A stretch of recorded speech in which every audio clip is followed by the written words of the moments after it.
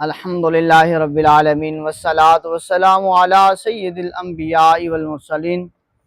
اما بعد فاعوذ باللہ من الشیطان الرجیم بسم اللہ الرحمن الرحیم وَلَوْ أَنَّهُمْ إِذْ ظَلَمُوا أَنفُسَهُمْ جَاءُوكَ فَاسْتَغْفَرُوا اللَّهَ وَاسْتَغْفَرَ لَهُمُ الرَّسُولُ لَوَجَدُوا اللَّهَ تَوَّابًا رَحِيمًا۔ قال اللہ تبارک و تعالی فی مقام الآخر وَمَنْ يَخْرُجْ مِنْ بَيْتِهِ مُهَاجِرًا إِلَى اللَّهِ وَرَسُولِهِ ثُمَّ يُدْرِكُهُ الْمَوْتُ فَقَدْ وَقَعَ أَجْرُهُ عَلَى اللَّهِ وَكَانَ اللَّهُ غَفُورًا رَحِيمًا۔ صدق اللہ العظیم۔ ان اللہ و ملائکتہ یصلون علی النبی یا ایھا الذین آمنوا صلوا علیہ وسلموا تسلیما۔ اللہم صلی علی سیدنا و مولانا محمد و بارک وسلم وصلوا علیہ۔ بآواز بلند پڑھیے الصلاۃ والسلام علیک یا رسول اللہ، الصلاۃ والسلام علیک یا حبیب اللہ، وعلی آلک و اصحابک یا سیدی یا نور اللہ۔ ربیع النور شریف کا آج ہمارا موضوع ہے حضور علیہ السلام کے قبر انور مبارک کی زیارت۔ حضور علیہ السلام کے روضہ عطر مبارک کی زیارت کے حوالے سے آج کا ہمارا بیان ہے، جس میں آیت کریمہ پڑھی وَلَوْ أَنَّهُمْ إِذْ ظَلَمُوا أَنفُسَهُمْ جَاءُوكَ فَاسْتَغْفَرُوا اللَّهَ وَاسْتَغْفَرَ لَهُمُ الرَّسُولُ لَوَجَدُوا اللَّهَ تَوَّابًا رَحِيمًا کہ خدائے لم جزل اپنے عظمت والے قرآن میں ارشاد فرماتا ہے، اور اے حبیب صلی اللہ علیہ وسلم، اگر وہ لوگ جب اپنی جانوں پر ظلم کر بیٹھیں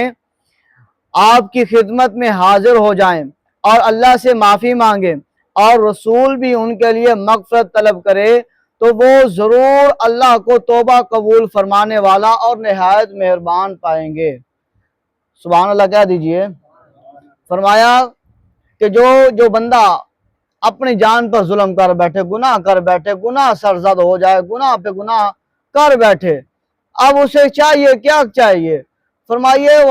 اب جو ہے وہ حضور علیہ السلام کے روضہ عطر مبارک پر، جب حضور علیہ السلام حیات مبارک تھے، ظاہری دنیا میں موجود تھے، اب ظاہری طور پر تو حضور علیہ السلام نے پردہ فرمایا اس وقت بھی یہ تھا کہ جب بھی کوئی گناہ سرزد ہوتا تو محبوب علیہ السلام کی پاک بارگاہ میں آ جاتے اور عرض کرتے یا رسول اللہ صلی اللہ علیہ وسلم، ہمارے سے گناہ سرزد ہو گیا، آپ اللہ کی پاک بارگاہ میں ہمارے لیے معافی مانگے، اللہ تبارک و تعالی ہم آپ کے صدقے ہماری بخشش فرما دے گا۔ تو حضور علیہ السلام ان کے لیے مغفرت کی دعا اللہ کی پاک بارگاہ میں فرماتے تو کریم لم یزل، خدائے لم یزل اپنی بارگاہ سے ان بندوں کو معاف فرما دیتے تھے۔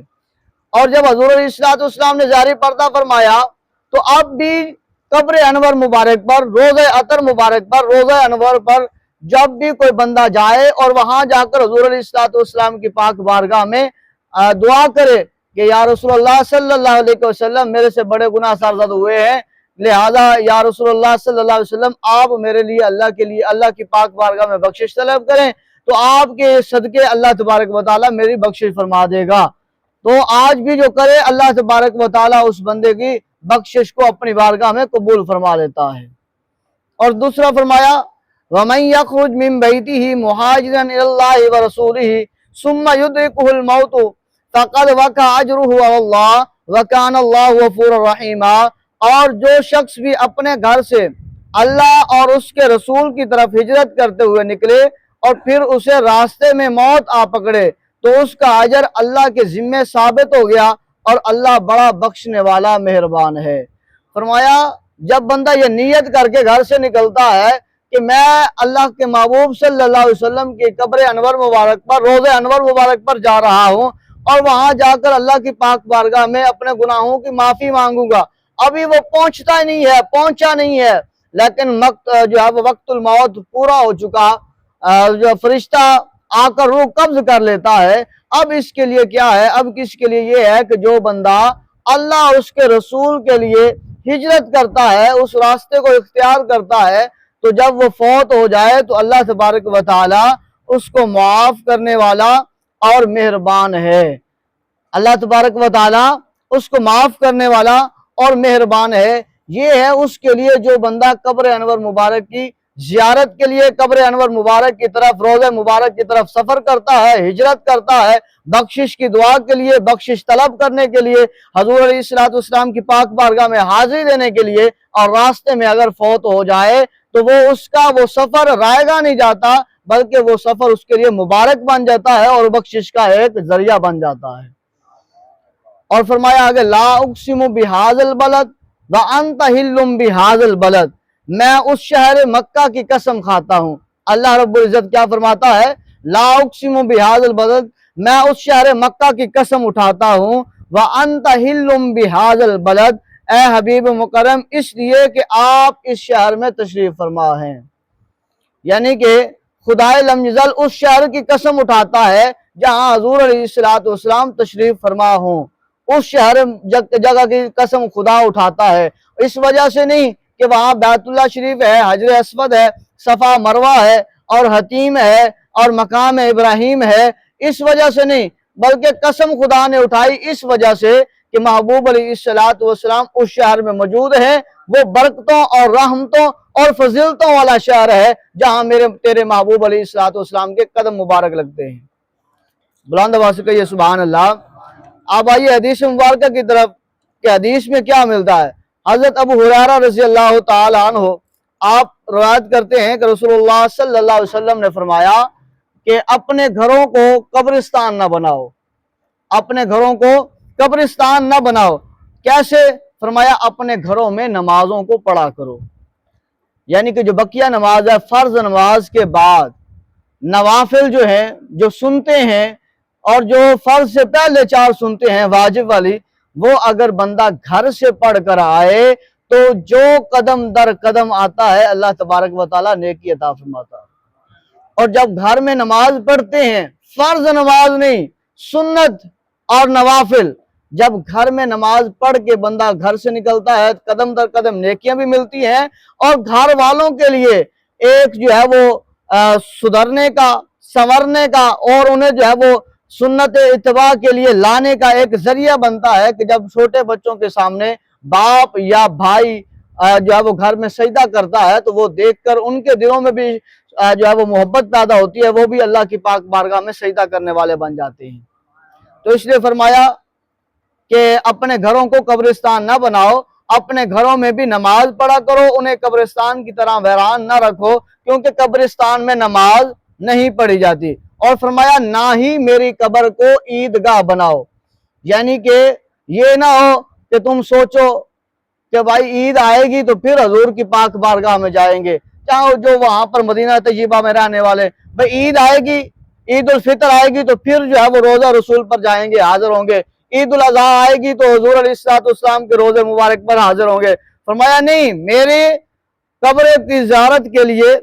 آؤ، وہ اس کو عید کی طرح نہ بناؤ، بلکہ فرمایا اس قبر کی زیارت کے لیے جو ہے جس قدر ممکن ہو کثرت سے زیادہ جو ہے وہ آؤ، اور مجھ پر کثرت سے درود بھیجا کرو، پس تم جہاں کہیں بھی ہوتے ہو تمہارا درود میں محمد تک پہنچتا ہے۔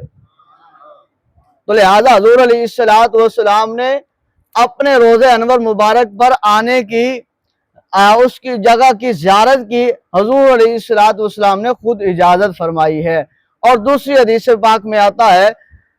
قال رسول اللہ صلی اللہ علیہ وسلم من زار قبری وجبت لہ شفاعتی، حضور علیہ الصلوۃ والسلام فرماتے ہیں کہ جس نے بھی میری قبر کی زیارت کی تو روز قیامت اس کے حق میں میری شفاعت واجب ہو جاتی ہے۔ بلند آواز سے کہتے ہیں سبحان اللہ۔ اب زندگی میں ہر بندے کی تمنا ہے اور ہوتی ہے کہ حضور علیہ الصلوۃ والسلام کے روزے مبارک کی زیارت ہو جائے،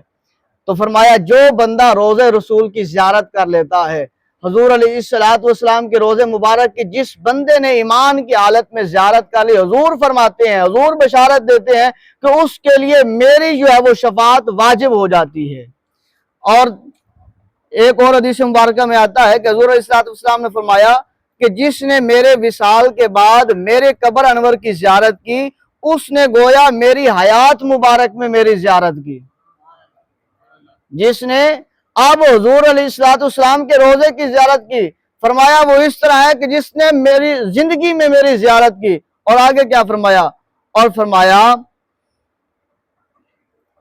فرمایا جس نے حج کیا اور میرے وصال کے بعد میری قبر انور کی زیارت کی گویا کہ اس نے میری حیات مبارکہ میں میری زیارت کی، اور ساتھ یہ بھی فرمایا کہ جس نے ایسا کیا، جو شخص میری زیارت کے لیے آیا اور اسے میری زیارت کے علاوہ کوئی اور سروکار نہیں تھا تو مجھ پر لازم ہے کہ میں اس کی شفاعت کرنے والا ہو جاؤں۔ یعنی کہ حضور علیہ السلام فرماتے ہیں کہ میرے اوپر واجب ہے، میرے اوپر لازم ہے، میرے اوپر ضروری ہے کہ جس نے بھی میری قبر کی، میرے روزے کی آ کر زیارت کی اور پھر وہ خالی لوٹ جائے،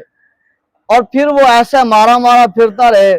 پھر وہ اس طرح جو ہے وہ بھٹکتا پھرتا رہے اور پھر وہ اسی حالت میں مر جائے۔ فرمایا نہیں، جو بندہ حضور علیہ السلام کے روضہ انور مبارک کی زیارت کرتا ہے نا، محبت کے طور پر، ایمان کی حالت میں، عشق کے طور پر، اللہ تبارک و تعالیٰ کے محبوب دنیا میں بھی اور قبر و حشر میں بھی اس کے لیے جو ہے وہ خیر خواہ ہوتے ہیں، اور قیامت کے دن جب کوئی اپنا بھی جو ہے وہ ساتھ نہیں دے گا، یعنی کہ بیٹی ہے کتنی محبت کرتی ہے باپ سے، بہن ہے کتنی محبت کرتی ہے اپنے بھائی سے، اور اسی طرح بیٹا ہے کتنی محبت کرتا ہے اپنے باپ سے، بھائی، لیکن اس قیامت والے دن سارے رشتے ناتے سب ٹوٹ جائیں گے، سب ایک دوسرے کی طرف دیکھیں گے نہیں کہ کہیں ہماری نیکی ایک دوسرے کو نہ مل جائے، اور اس وقت جو کام آئے گی تو حضور علیہ السلام کی شفاعت کام آگی۔ تو جو کہ حضور علیہ السلام نے پہلے فرما دیا کہ جو بندہ میرے سے محبت کرے گا، میرے پر درود بھیجے گا، میرے قبر انور کی، میرے روزے کی زیارت کرے گا، میں محمد پر لازم ہے کہ میں اس کی شفاعت کروں۔ فرمایا سب چھوڑ جائیں گے، ایک میں تو یہاں تک آتا ہے کہ ایک بندے کا فیصلہ ہو چکا ہوتا ہے کہ اس کو جہنم میں ڈالو، اس کے گناہ زیادہ ہے، اسے جہنم لے جایا جا رہا ہوگا، تو حضور علیہ السلام فرمائیں گے کہ رکو ذرا، اسے واپس لے کے آؤ، واپس لایا جائے گا۔ حضور علیہ السلام ایک سفید چٹ جس کے اندر ایک تحریر ہوگی وہاں اس کے پلڑے میں رکھیں گے، اور اس کا پلڑا اعمال کا نیکیوں والا بھاری ہو جائے گا، اور پھر اس بندے کے اوپر جنت جو ہے وہ واجب ہو جائے گی، جس کو جہنم لے جایا جا رہا ہوگا۔ فرمایا اس میں کیا ہوگا اور وہ آنے والے کون ہوں گے؟ فرمایا وہ آنے والے امام الانبیاء، نبیوں کے سردار، تاجدار مدینہ حضور علیہ السلام کی ذات ہوگی۔ اور فرمایا اس پرچی کے اوپر کیا ہوگا؟ وہ فرمایا حضور علیہ السلام کا درود پاک لکھا ہوگا۔ حضور فرمائیں گے اے میرے غلام، تو نے زندگی میں ایک مرتبہ میں محمد پر بے لوث میں محمد پر درود پاک پڑھا تھا، وہ میں نے سنبھال کر رکھا ہے، آج تو مشکل میں ہے، وہ میں نے رکھ دیا ہے، اللہ تعالیٰ نے تجھے جہنم سے بچا کر جنت عطا فرما دی کہ محمد سے وفا تو نے تو ہم تیرے ہیں، یہ جہاں چیز ہے کیا لوح و قلم تیرے ہیں۔ اللہ کی پاک بارگاہ میں دعا، اللہ تعالیٰ ہم سب کو مدینے کا مسافر بنائے، اور حضور علیہ السلام کے روزے کی بھی زیارت عطا فرمائے، اور حضور علیہ السلام کی بھی زیارت عطا فرمائے۔ وما علیہ الا البلاغ المبین۔ افضل ذکر اللہ